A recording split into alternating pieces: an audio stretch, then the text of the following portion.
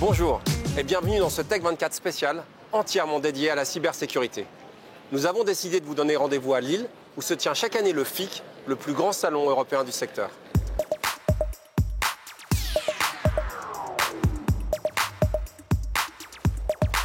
Des attaques de plus en plus sophistiquées, dont certaines peuvent perturber l'approvisionnement de stations-service, le fonctionnement des hôpitaux ou encore perturber le trafic ferroviaire.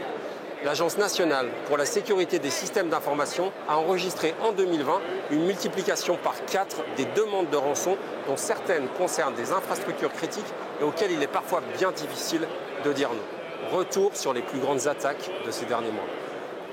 95 cyberattaques avérées durant les 8 premiers mois de cette année. Ce chiffre a été publié par le Centre d'études stratégiques et internationales. Les piratages ont ciblé des agences gouvernementales ainsi que des institutions et des sociétés privées et elles prennent souvent la forme de demandes de rançon. Pour les experts en cybersécurité et les leaders politiques, il s'agit d'une des principales menaces pesant sur la sécurité et l'économie. Si une guerre, une véritable guerre, éclate entre les grandes puissances, ce sera à cause des violations importantes du cyberespace. Et elles augmentent de manière exponentielle.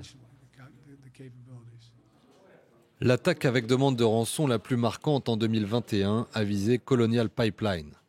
Le piratage a permis de paralyser l'un des plus grands oléoducs des États-Unis, ce qui a causé des perturbations importantes pendant plusieurs jours. L'entreprise a versé près de 4,5 millions de dollars au groupe de hackers nommé DarkSide, qui serait basé en Europe de l'Est ou en Russie. Le FBI a pu ensuite récupérer environ la moitié de cette somme. Une autre attaque majeure a ciblé cette année la société américaine SolarWinds. Un code malveillant a été téléchargé par environ 18 000 de ses clients, comme l'a reconnu le PDG de SolarWinds. Devant le Congrès en mai dernier, le directeur de l'Agence fédérale de cybersécurité confirme que ces attaques sont de plus en plus sophistiquées et de plus en plus agressives. Le coup porté à la chaîne d'approvisionnement de SolarWinds aurait dû nous alerter sur le fait que nos adversaires ont de plus en plus la volonté de cibler les faiblesses de ces chaînes. Cette opération extrêmement sophistiquée, attribuée aux services de renseignement extérieur russes, impliquait l'utilisation de mises à jour de logiciels reconnus avant de faire entrer un code malveillant à l'intérieur de milliers d'organisations. Un groupe de cybercriminels russophones, Revil, est à l'origine d'autres demandes de rançon électronique cette année. Il a notamment visé JBS Food, l'une des sociétés productrices de viande les plus importantes du monde, ce qui l'a forcé à cesser ses activités aux États-Unis et en Australie, avant de payer 11 millions de dollars de rançon.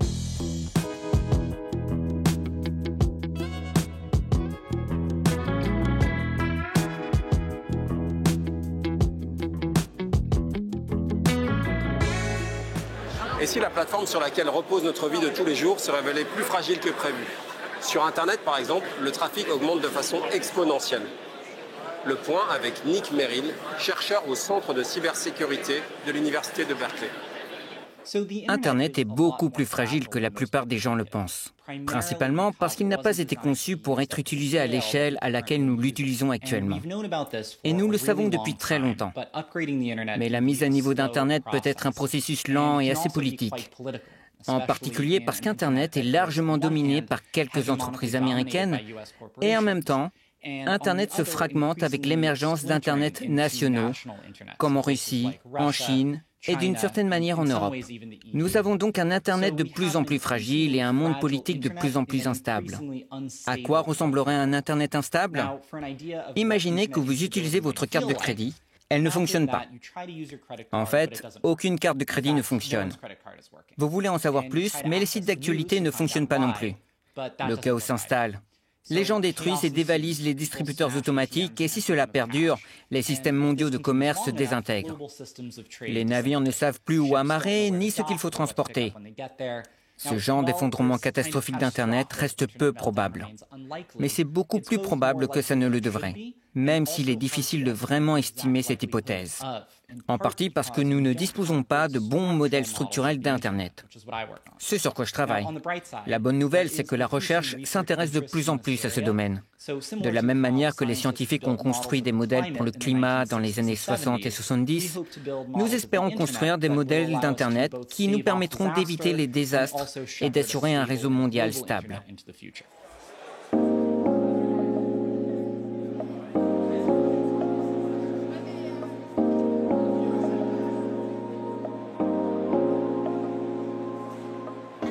La cyberguerre froide entre la Chine et les États-Unis est déjà une réalité. Pourtant, tous les essais de créer un ordre public international autour du numérique se sont révélés être des échecs.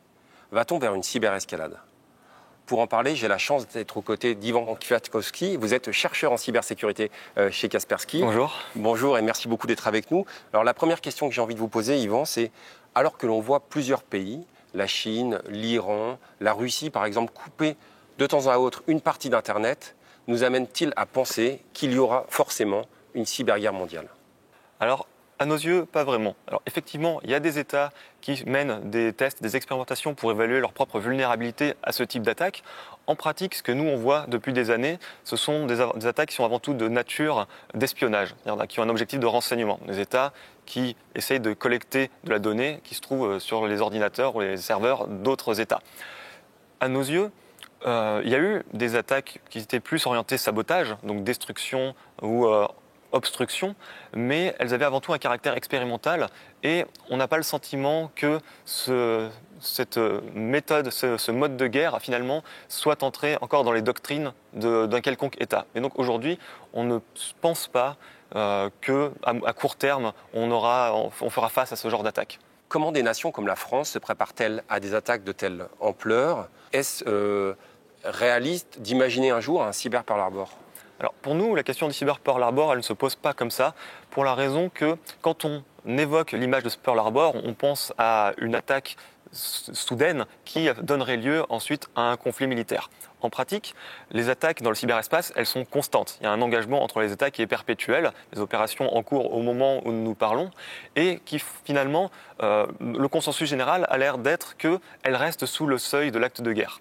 Ce qui est certain en revanche, c'est que pour tout conflit armé actuel et futur, il y aura en revanche une composante qui va se dérouler dans le cyberespace, et c'est déjà le cas. Alors nous fêtons, Ivan, cette année les 20 ans du 11 septembre. Peut-on imaginer des cyberattaques qui deviennent meurtrières? Alors, à nos yeux, pas vraiment. C'est-à-dire que pour effectuer des cyberattaques, il faut un certain nombre de moyens, il faut une expertise, des ressources, et on estime que les groupes terroristes actuels n'en disposent pas. Voilà. D'ailleurs, les États, même les plus sophistiqués, à l'heure actuelle, on n'est pas en mesure de dire qu'ils ont un jour mené des attaques cyber qui auraient causé la perte de vie humaine. Voilà. Donc, à nos yeux, ces groupes terroristes n'ont tout simplement pas cette capacité. Ce qu'ils seraient capables de faire, c'est vraisemblablement d'avoir des moyens qui sont sensiblement équivalents à ceux des groupes criminels, ceux dont on parle régulièrement dans le contexte des attaques ransomware. Et si ces attaques ransomware sont évidemment tragiques pour les victimes et provoquent des pertes financières importantes, elles ne provoquent pas de perte de vie humaine. Et donc, à ce titre, si jamais les groupes terroristes se mettaient à organiser ce type de cyberattaque, finalement, elles resteraient moins graves que les attaques violentes qu'ils peuvent perpétrer par ailleurs. Ivan Kwiatkowski, merci énormément. Merci beaucoup.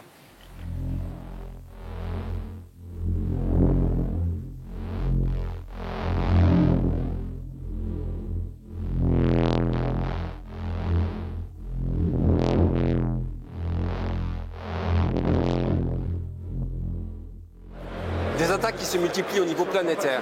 Mais au quotidien, chez soi, comment faire? C'est le moment de Test 24.